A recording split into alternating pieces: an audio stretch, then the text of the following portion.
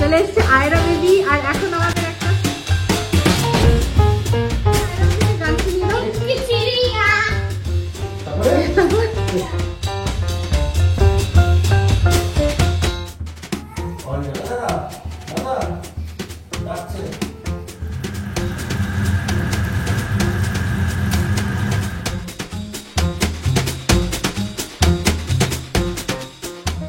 তারপরে গরম মশলা দিয়ে তারপরে একটু ধনে পাতা কুচি কারে কয় দেখি যে বলি মানে সেন্সলেস মতো লাগছিল ওর, এমন জোর ওর পায়ে ব্যথাটা লেগেছে। তো যাই হোক করে লাগলো বলতো। খুব সিলি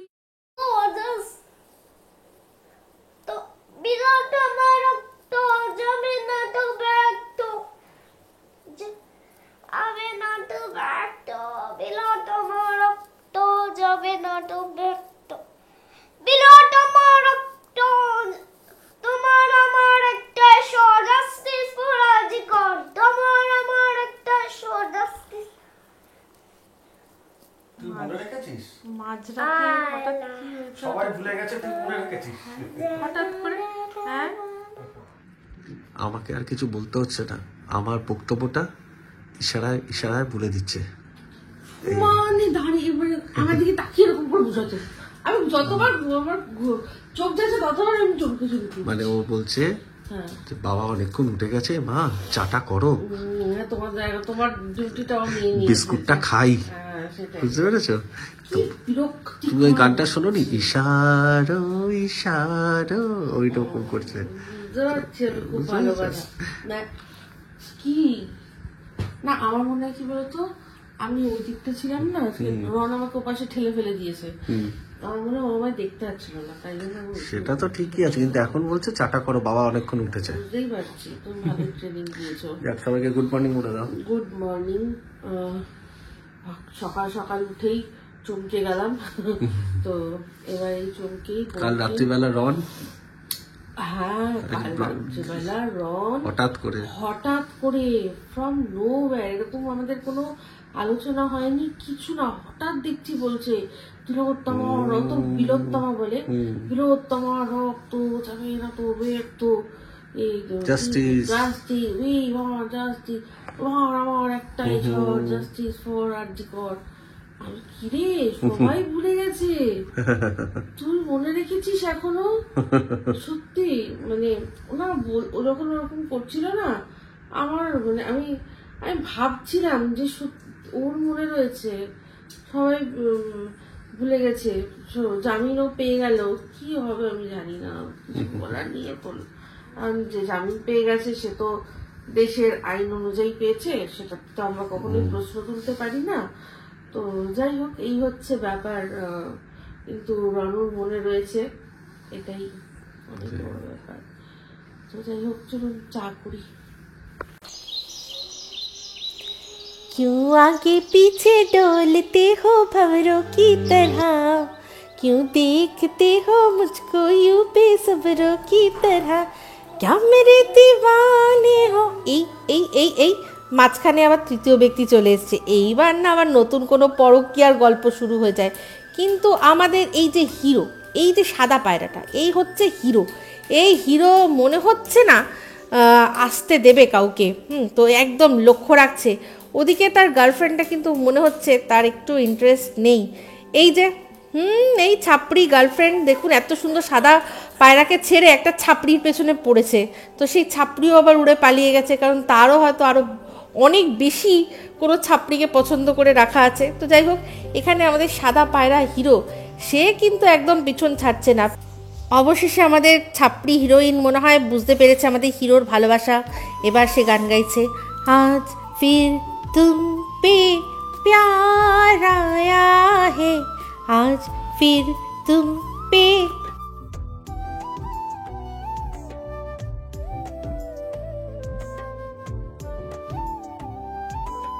তো দেখুন ইতিমধ্যে কিন্তু ছাদ থেকে আমরা নেমে আমাদের ব্রেকফাস্টও রেডি করে নিয়েছি, গরমা গরম কফি একদম ঝাঁকওয়ালা, তার সাথে ডিম টোস্ট।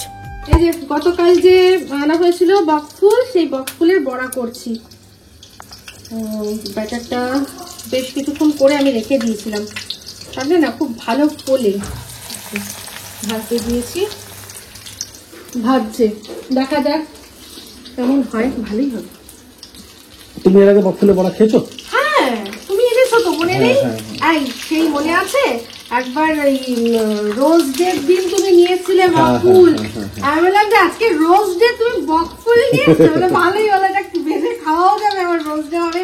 আমার অনেকদিন আমরা কুমড়ো ফুলের বড়া খাইনি, বলো? কুমড়ো ফুলের বড়াটা পাওয়া যায় না আমাদের মাসির কাছে দেখবো। আমার হেভি লাগে কুমড়ো ফুলের বড়া, বকফুলের থেকেও আমার কুমড়ো ফুলের বড়াটা বেশি ভালো লাগে। দেখো ফুলেছে, দেখো কিরকম, দেখো দেখছো। এখন ঝটপট করে কটা ভাজছি, মাদের দেবো বলে। মারা খেতে বসবে, প্রায় হয়ে এসছে। তো মিস্টার দেব বললো যে দাঁড়াও দাঁড়াও দাঁড়াও, একটা জিনিস করছে, দিয়ে আসছি। তো আগে ওদের জন্য কটা ভেজে দেবো, তারপর আমাদের একটু হাওয়া খাওয়াচ্ছি একবার, আবার একবার ছাড়বো, তাহলে না আরো বেশি ক্রিস্পি হয়। কিরে ঠিক আছে? হ্যাঁ, অনেকদিন বাদে গেছি। হ্যাঁ, অনেকদিন বাদে হলো। আমাদের বাসুনি বাড়িতে আমি টুকটাক এরকম অনেক কিছু পাওয়া যায়, আনতাম, তাই না, ওই মাসিদের কাছ থেকে। এখানে কিছু পাওয়া যায় না। কুমড়ো ফুলের বড়াও তো খেয়েছি আমরা। হ্যাঁ, কুমড়ো ফুলের বড়াটা আমার আরো টেস্টি লাগে। একটু বিটুন ছড়িয়ে খা, আর ভালো লাগবে। ওটা তেলে নিয়ে আসবে তো বাবা? আমি নিয়ে আসবো, একদম নিয়ে আসবো। এই যে বসে পড়েছি খেতে, ডাল, বকফুলের বড়া। কেমন বলো দিবি না? দারুণ। টাপু খুব ভালো খেয়েছে, ওরা ভালো খেয়েছে। আচ্ছা, আর এই যে ট্যাংরা মাছ গতকাল রনু খেয়ে নিয়েছিল, মিস্টার দেব খেতে পারেনি, মা আবার পাঠিয়ে দিয়েছে। ঠিক আছে, এবার আমরা খেয়ে নেবো। হন হন করে এসছি, এসে জামা কাপড়গুলো ওই যে সব এক জায়গায় করেছি, এটা পেতেছি, এটার মধ্যে করে গাঁঠি বেঁধে নিয়ে যাব। আমাদের না ছাদটা, এই ফ্লোরটা ভীষণ পরিষ্কার, ভীষণ পরিষ্কার। এখানে কোনো মানে বিশেষ মানে রোজই মনে হয় যে জল দিয়ে মনে হয় ধোয়া হয়েছে, এরকম ভীষণ পরিষ্কার, কোনো অসুবিধা নেই। তো সেই জন্য মাটিতে রাখলেও কোনো চাপ নেই। আজকে আবার একটু দেখছি মনে হচ্ছে কি কুয়াশা কুয়াশা মতো, মানে চারপাশটা দেখছি তো, দেখে মনে হচ্ছে যেন কুয়াশা কুয়াশা মতো হয়েছে। রয়েছে, কারণ ওপাশটা দেখা যাচ্ছে না, দেখাচ্ছি দাঁড়ান। আমার সব না হয়ে গেছে জামা কাপড়, এবার জাস্ট গুছিয়ে রেখেছি। ওই দিকটা দেখলে মনে হচ্ছে না একটু কুয়াশা কুয়াশা, ব্যাক ক্যামেরায় দেখাচ্ছি। এখন কিন্তু বাজে মাত্র 4:30, মনে হচ্ছে না মোটামুটি 5:30 6টা বেজে গেছে। এই হচ্ছে শীতকাল। এই দেখুন চারপাশটা একটু ঘন কুয়াশা মতো লাগছে। এখনই 4:30 এই হাল, এরপর ঝুপ করে সন্ধে নেমে যাবে, ঝুপ করে সন্ধে নেমে যাবে। নিচের এটাই ব্যাক গেটটা, কি দারুণ না?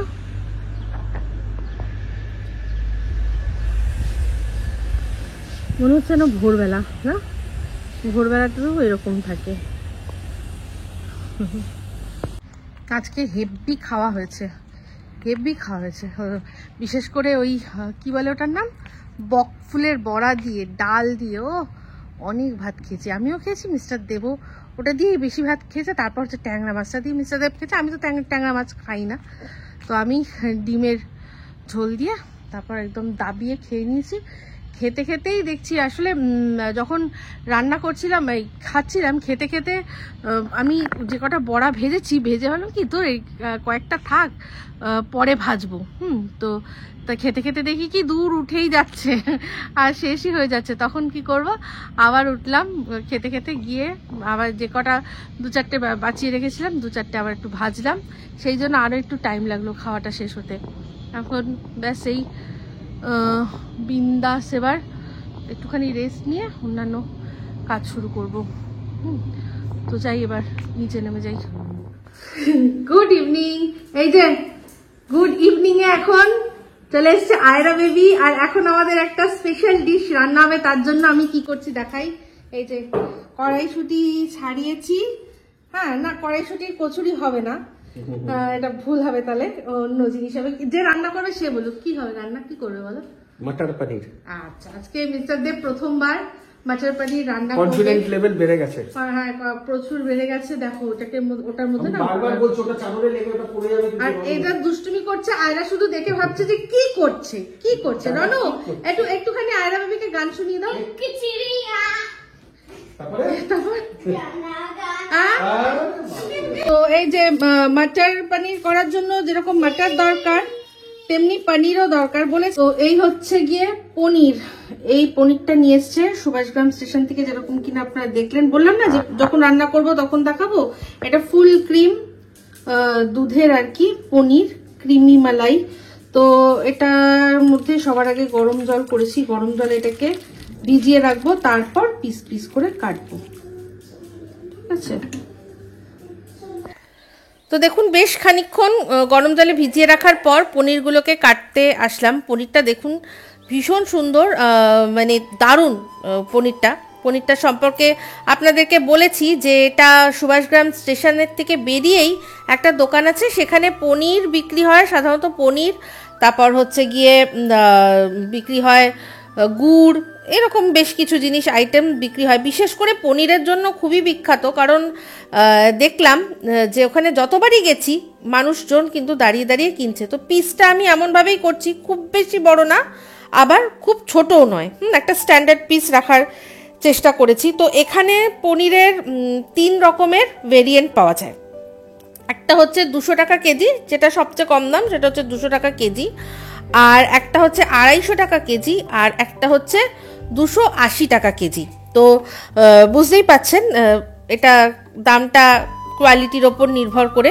তো মালাই পনির যেটা, সেগুলোর দাম হচ্ছে একটা 250 টাকা আর একটা হচ্ছে 280 টাকা। তো আমি যে পনিরটা কাটছি সেটা 250 টাকার ভেরিয়েন্টটা, কারণ 280 টাকারটা ছিল না। মিস্টার দেব বলল যে সবার আগে এটা শেষ হয়, তো 250 টাকাটাই দারুণ।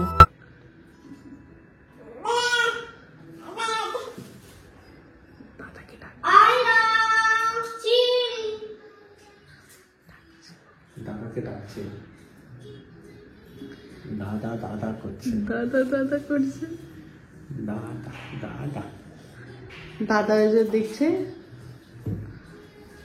কত বড় কাজ দিয়েছে, আর মাকে দেখো খাটাতে বসিয়ে দিয়েছে গো। ইস, দেখো দেখো দেখো, কড়াইশুঁটি ছাড়ানোর দায়িত্ব দিয়ে দিয়েছে গো। তো দেখুন সমস্ত কিছু জোগাড় করে নিয়ে এবার রান্নায় হাত দিল মিস্টার দেব। তো এখানে দেখতেই পাচ্ছেন সুন্দর লাল লাল টমেটো ছোট ছোট করে কেটে নেওয়া আছে। এবার কড়াইয়ের মধ্যে তেল গরম করতে হবে। তো এখানে রিফাইন্ড অয়েল গরম করে নেওয়া হচ্ছে। এর মধ্যে কিন্তু আরও একটা জিনিস পড়বে।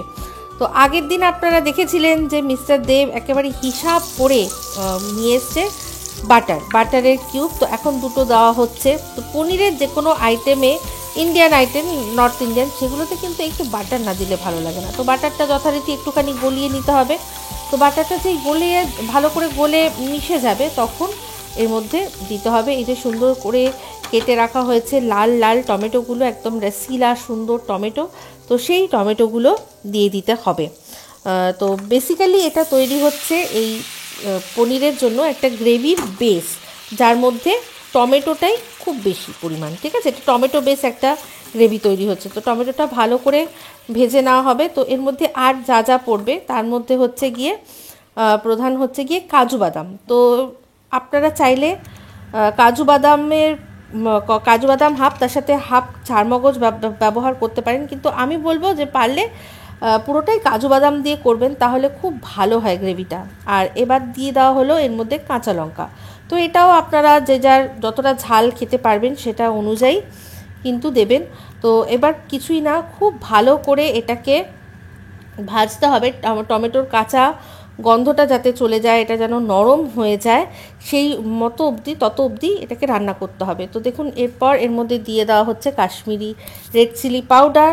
তো আর কাশ্মীরি রেড চিলির সাথে যেটা দিতেই লাগবে সেটা হচ্ছে কি হলুদ। আর এরপর দেওয়া হবে এর মধ্যে পরিমাণ মতো নুনটা। তো এই যতটা মশলা আছে ততটার অনুযায়ী ব্যাস ভালো করে এটা ঠান্ডা করে দিতে হবে। পেঁয়াজ একদম চপ করে দিয়েছিলাম ফাইনলি, সেটাই ভাজতে দেওয়া হয়েছে। এর মধ্যে তেল আর তার মধ্যে একটু বাটার দেওয়া হয়েছে। আর এই দুটো দেখছেন, এটা হচ্ছে যেটা মিস্টার দেব বানালো না, যে মশলাটা যার মধ্যে টমেটো ছিল, সেইটার থেকে দুটো পড়ে গেছিল, এটার মধ্যে দিয়ে ভাজতে দেওয়া হয়েছে, ঠিক আছে। এটা সুন্দর করে এবার ভাজা হোক, তারপর বাদবাকিটা দেখাচ্ছি। আদা রসুনের পেস্ট তৈরি করা হয়ে গেছে, সব একেবারে রেডি। আর এই যে এর মধ্যে টমেটো, কাজু বাদাম আর কাঁচা লঙ্কা আর যা যা দিয়েছে মিক্সচারে আপনারা দেখেছেন সেগুলো এটা ঠান্ডা করতে দেওয়া হয়েছে, এটা তারপর মানে মিক্সিতে যাতে বাটতে সুবিধা হয়। তো এখনকার কতটা এগুলো কাজটা সেটা দেখাই। মশলা কষানো হয়ে গেছে, এর মধ্যে পেঁয়াজ, আদা, রসুন দিয়ে তার মধ্যে জিরে গুঁড়ো, ধনে গুঁড়ো, যেহেতু টমেটো পিউরিটা যখন কষছিলাম তখন যেহেতু কাশ্মীরি লঙ্কা আর হলুদ একটু দিয়েছিলাম, তাই জন্য এখানে আদা, জিরে গুঁড়ো, ধনে গুঁড়োটা বেশি দিলাম। এখানে একটু হলুদ আর একটু কাশ্মীরি লঙ্কা দিয়েছি, এখানে এটা পুরো লাল লাল হয় না, একটু তো সে কারণে দিয়ে আর একটু নুন দিয়ে এবারে কষাচ্ছি। এবারে এটা যখন কষানো মোটামুটি হয়ে যাবে, আদা রসুনের গন্ধটা বেরিয়ে যাবে, তখন ওই এটার মধ্যে যে পেস্ট করে একটু দেখাই, এই যে পেস্ট করা আছে, এটা যে টমেটো যেটা করছিলাম সেটা, ওই পেস্টটা দেওয়ার পর তারপরে আরেকটু কষিয়ে তারপর জল দিয়ে একটু ফুটলে দেন পনিরটা দেবো। পনিরটা দেওয়ার পর যখন প্রায় হয়ে আসবে তখন এর মধ্যে কসুরি মেথি দিয়ে তারপরে গরম মশলা দিয়ে তারপরে একটু ধনেপাতা কুচি দিয়ে দিয়ে যখন একদম বন্ধ করে দেবো তার উপর একটু বাটার ফেলে দিয়ে ছেড়ে দেবো। বাহ, দারুণ। বলতে ভুলে গেছিলাম, এর মধ্যে 2 চামচ টক দই ফেটিয়ে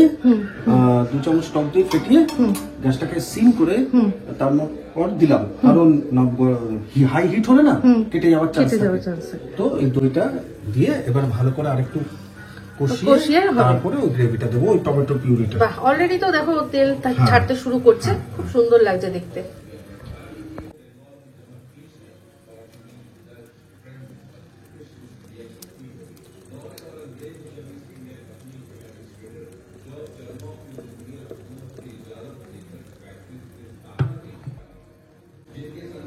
এবার এটাকে ভালো করে মানে ভালো করে মিক্স করে আবার এটাকেও রান্না করতে হবে একটু, ঠিক আছে? এর মধ্যে অনেক লেগে আছে, হ্যাঁ ওটা জল দিয়ে তুমি করে দেবে, ঠিক আছে, কোনো ব্যাপার না।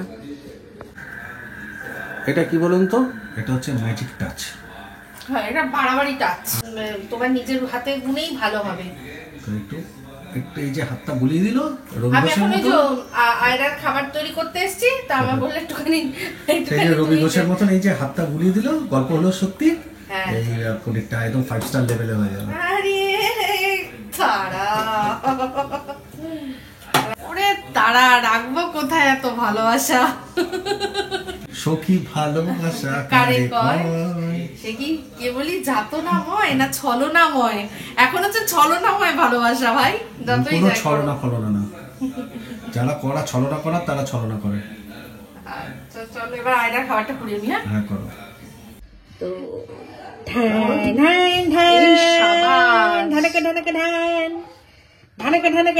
কি লোভ লাগছে গো, এই হচ্ছে মাটর পনির, রেস্টুরেন্ট ফেল বলো একদম। বাবা হেভি, অনেক মানে যত্ন নিয়ে রান্না করেছে। জল আসছে। হ্যাঁ বাবা দেখো, ঘর বসা নেই কে লুটেরে আ গয়ে। এই তো প্ল্যাটফর্ম তৈরি হলো না, কুলির কাজ করার জন্য কুলি রেডি। আমি সবাই বিছানা রেডি করব বলেছি, রেডি করছি, ও বাবা উনি ওইখান থেকে এখানে এসে চলে আসলো। এই তোর ব্যাপার কি? আর এদের দুজনের কি হয়েছে? হ্যাঁ কি হয়েছে? ল্যাপটপ দিয়ে ঝগড়া। দেখি দেখি চলো, কি চাই বলো? কোডিং ল্যাপটপ শেখো। আচ্ছা ল্যাপটপে কোডিং শিখবে? ওরে বাবা, ল্যাপটপ শিখবে শিখবে? মানে হচ্ছে তুই এবার তোর ল্যাপটপটাকে দে, ও কোডিং শিখবে, মানে এমনি ওটা নিয়ে কোনো খেলাধুলা করবে না, পড়াশোনা করবে, বুঝতে পেরেছিস? বোঝ। ঠিক আছে, একটা নতুন কিনে দেবো, ওটাকে শিখবে।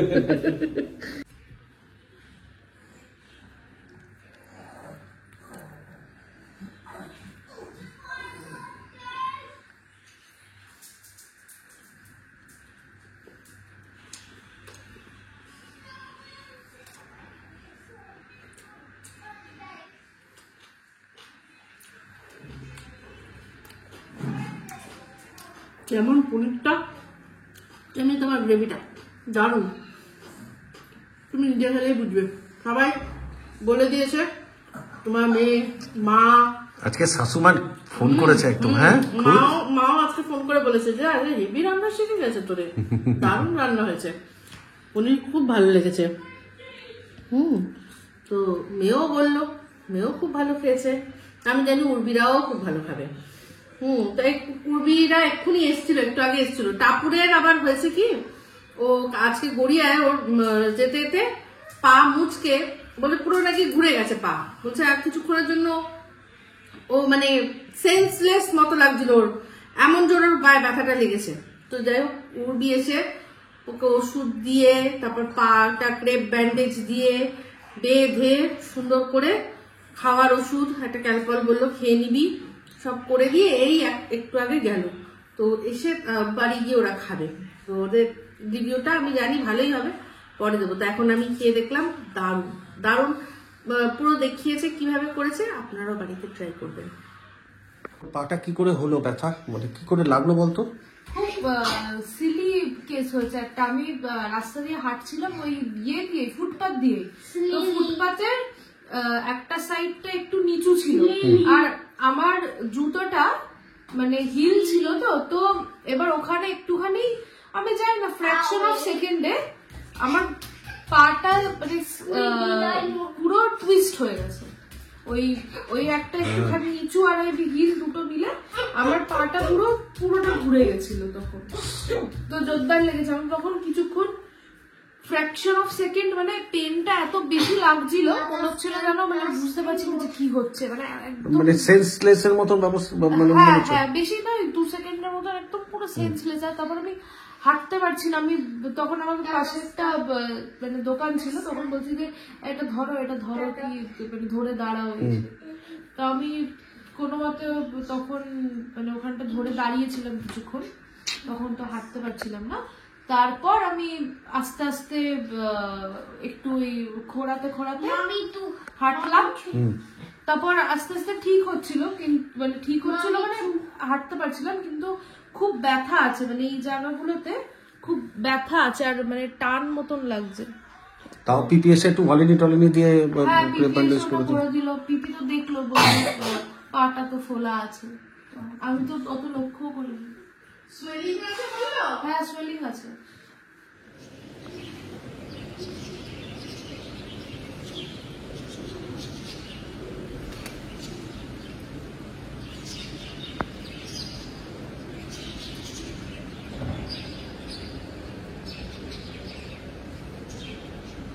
Good morning.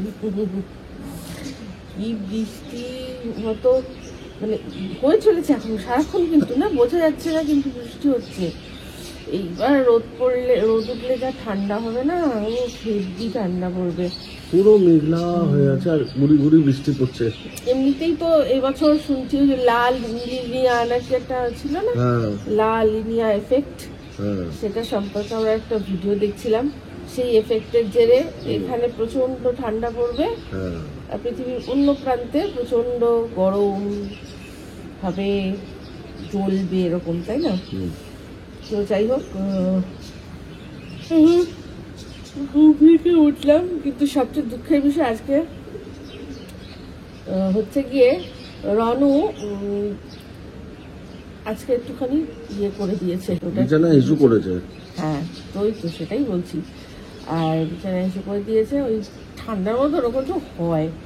ওকে তো ও তো এখন আর পড়ে না, ওর তো ছুটে গেছে। তো যাই হোক, যেটাই হোক, কিন্তু ওটাকে এখন রোদেও দিতে পারবো না, রোদে দেওয়াও মুশকিল। সেই তাই ভাবছি কি করবো, ইস্ত্রি দিয়ে শুকাবো না কি করবো বুঝতে পারছি না। তো যাই হোক, যেটাই করি এখন আপাতত ব্লগটা এখানেই এন্ড করছি। যদি ভালো লাগে এই ব্লগটা অবশ্যই লাইক শেয়ার কমেন্ট করতে ভুলবেন না। যারা চ্যানেলটা সাবস্ক্রাইব করেননি তারা সাবস্ক্রাইব করে দেবেন। সবাই ভালো থাকবেন, সুস্থ থাকবেন। আবার আসি খুব শীঘ্র একটা নতুন ব্লগ নিয়ে। তো চলতে আছে, তো আমি याद रखना।